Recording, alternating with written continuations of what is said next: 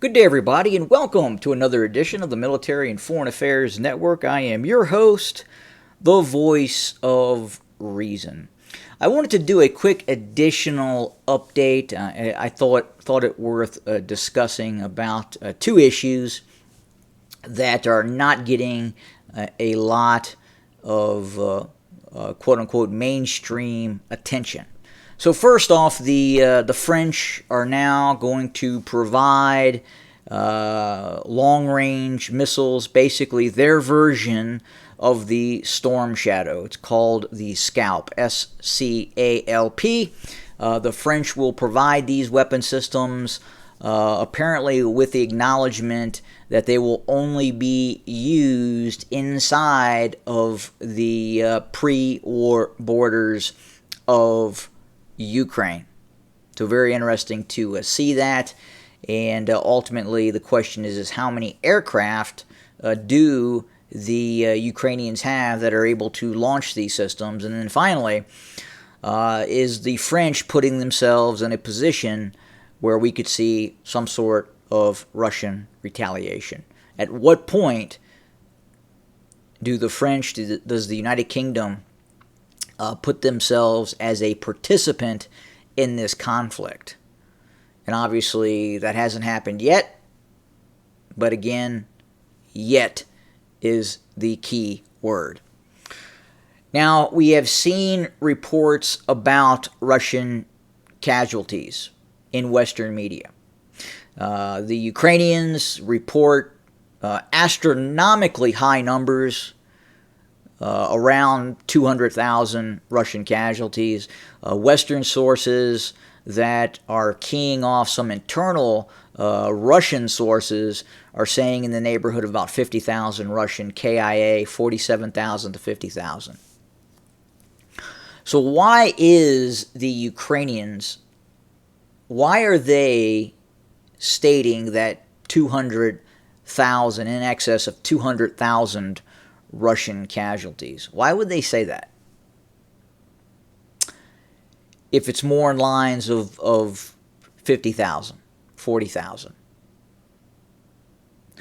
Are they including wounded, or are they saying KIA? That could go back and forth. We've seen some reports that the Ukrainians are stating that's total casualties, and then some reports say that is the total number of Russian killed, coming from these Ukrainian sources. So again, why are the Ukrainians reporting these astronomically high number? Well, I can tell you why. It is in line with, in all probability, the types of casualties that the Ukrainians are sustaining. The Western media, the Ukrainian media, is not talking about Ukrainian casualties. And specifically, more importantly, the Ukrainian casualties that occurred from June 4th till now. In our understanding, the information that we are receiving, it is very high. Ukrainian losses are incredibly high because of this summer offensive that took place. So what those numbers look like, it's difficult to say at this point.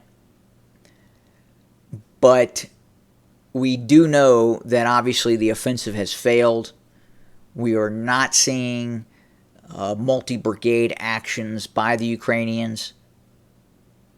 We think initially that June 4th up to about June 15th, the Ukrainians had deployed around 12 brigades, 6 of which were relatively high-end brigades, and most of those brigades were focused on the Zaporizhia area offensive, running from Zaporizhia all the way east towards Volhodar in 3 main sectors.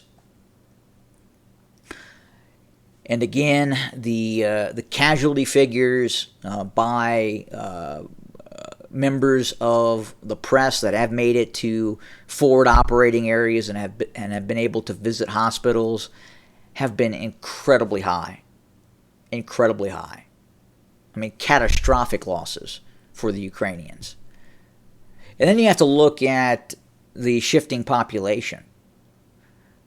Ukraine probably had close to 40 million people at the start of this war.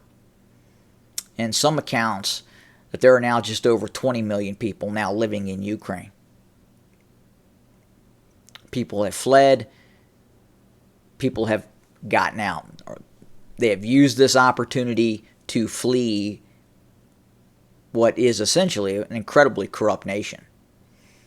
Even these YouTube content providers have taken the opportunity, who report on this very conflict, to get the hell out of Ukraine. It's insanity. But that's what's happened. And again, the casualty numbers that are not being talked about, that probably will be talked about at some point, post-conflict, post-after the war, incredibly brutal for the Ukrainians. The Ukrainians have sustained massive losses in this conflict, and especially the offensive that took place recently. So I just wanted to add that, talk about that a little bit, make that known, because it's just something that's really not being talked about at this point, especially in the mainstream press. More to come very, very soon. Have a good day.